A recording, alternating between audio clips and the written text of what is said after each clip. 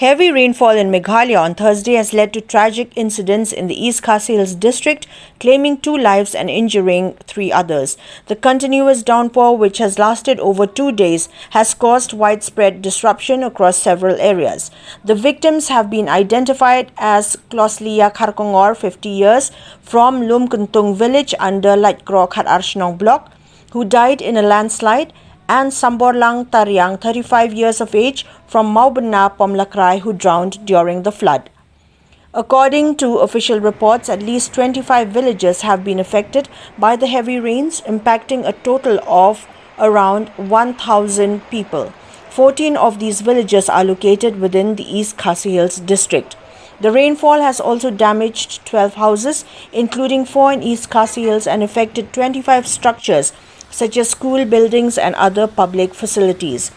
In response, Meghalaya Chief Minister Conrad K. Sangma held a high-level review meeting to assess the situation and directed district administrations and government departments to remain vigilant and take all necessary precautionary and relief measures. He also instructed Deputy Commissioners to relieve an ex gratia amount of Rs 4 lakh each to the families of those who lost their lives in the rain-related incidents.